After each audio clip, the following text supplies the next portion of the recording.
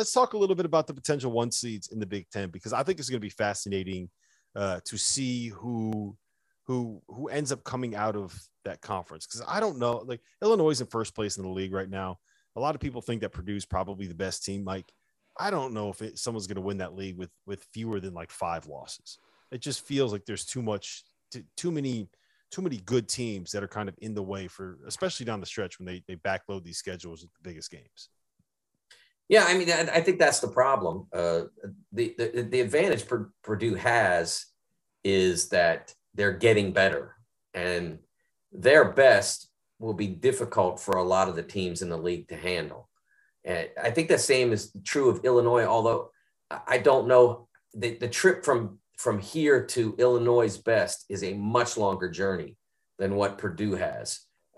Illinois played with Andre Curbelo last night, I think for 11 minutes. He was really good at 7 points. And of course, Kofi Coburn was ridiculous.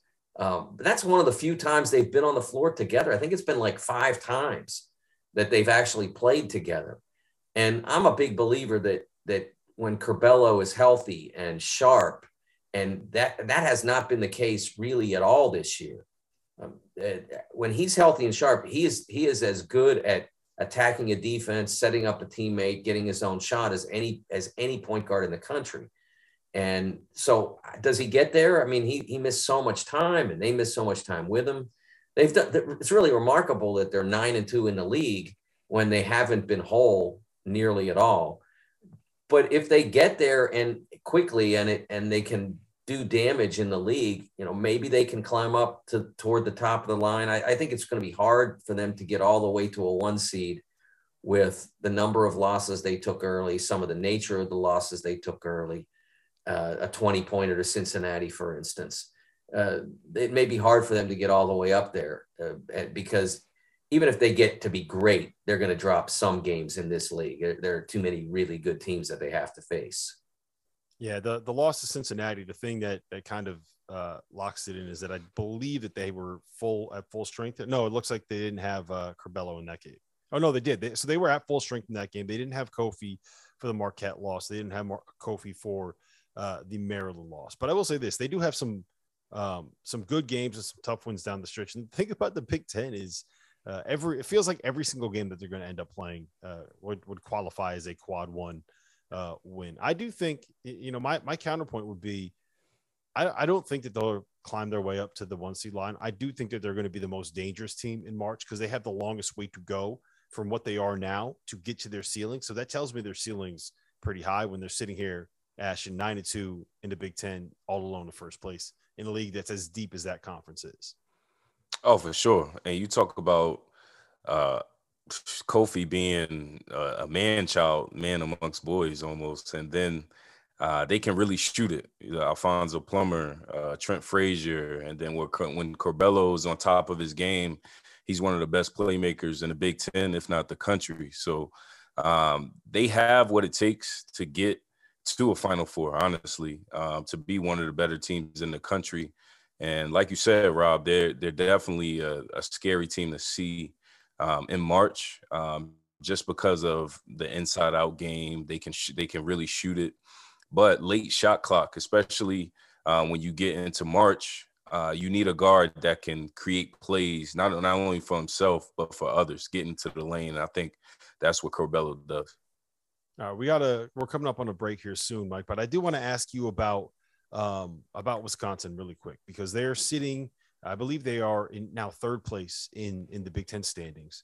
They are 29th on KenPom. They are 21st on the net right now. But they have one of the strongest profiles, I think, that you can find for teams in terms of wins and losses, right? They have 7 quad 1 wins. They beat Houston on a neutral. They won at Purdue, and they don't have a loss to any team that is outside the top 30.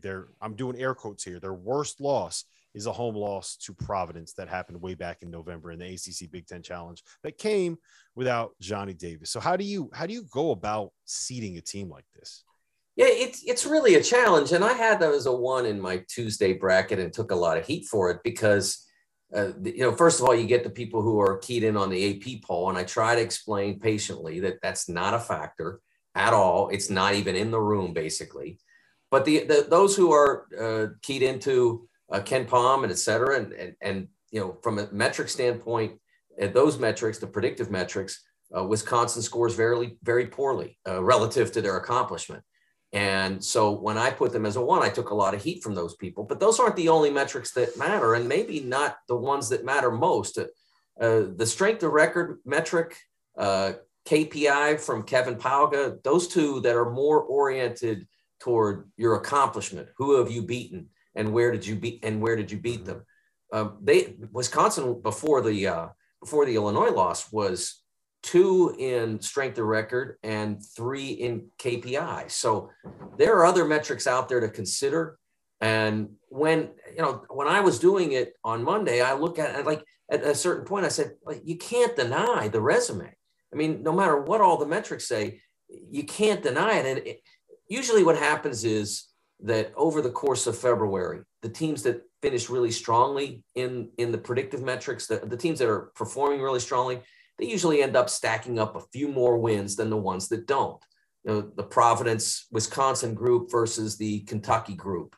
Usually the Kentucky group ends up finding a rhythm and winning a lot of games down the stretch. And then it all it's not that hard. It becomes easier.